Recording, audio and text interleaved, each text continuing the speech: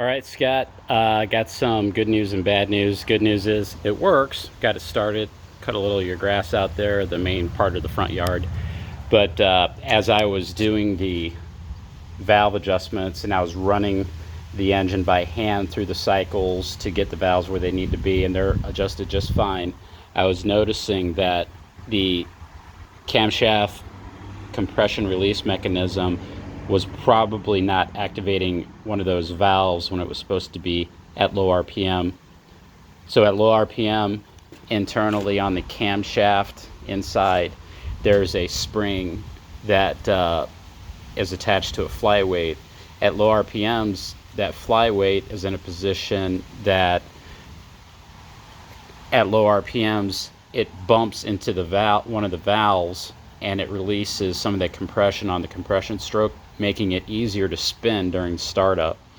And once it gets to a certain RPM and the cam goes fast enough, that flywheel flies out and it moves that mechanical lift thing from the valve and it runs normally. Okay, full compression.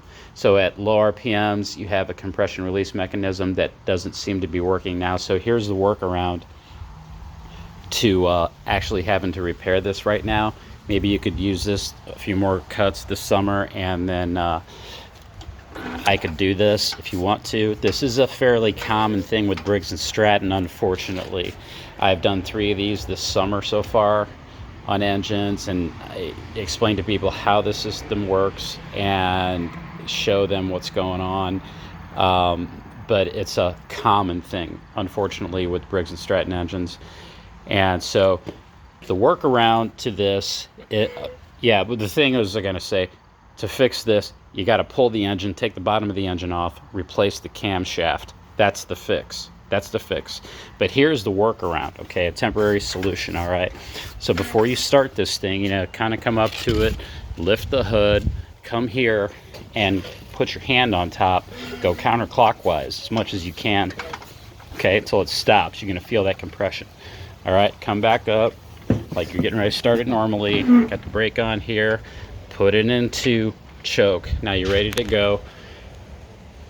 The reason we're spinning that counterclockwise is to give it a couple revolutions to kind of try to get up to speed so it can overcome that high compression, because the compression release mechanism doesn't seem to be working.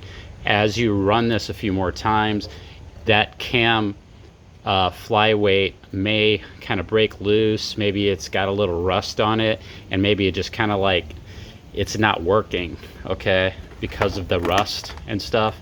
But anyway, turn it counterclockwise till you feel compression. All right, choke on. It's already warmed up, but you want to definitely give it that gas so that it's going to catch and overcome the compression and start up. So let's see if it works.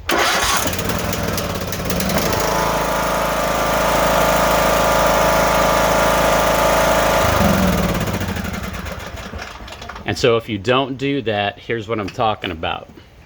All right, normal thing. See how it hangs up like that? And I'm looking at the battery now. Let's see what kind of cold cranking amps you got here. I didn't even check.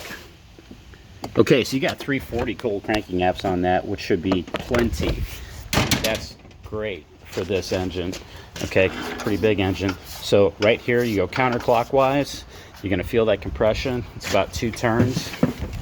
Come back up here, you got the choke on, and hit it.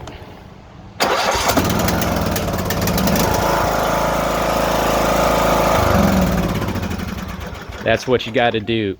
The thing to fix it fully is to pull the engine and replace the camshaft.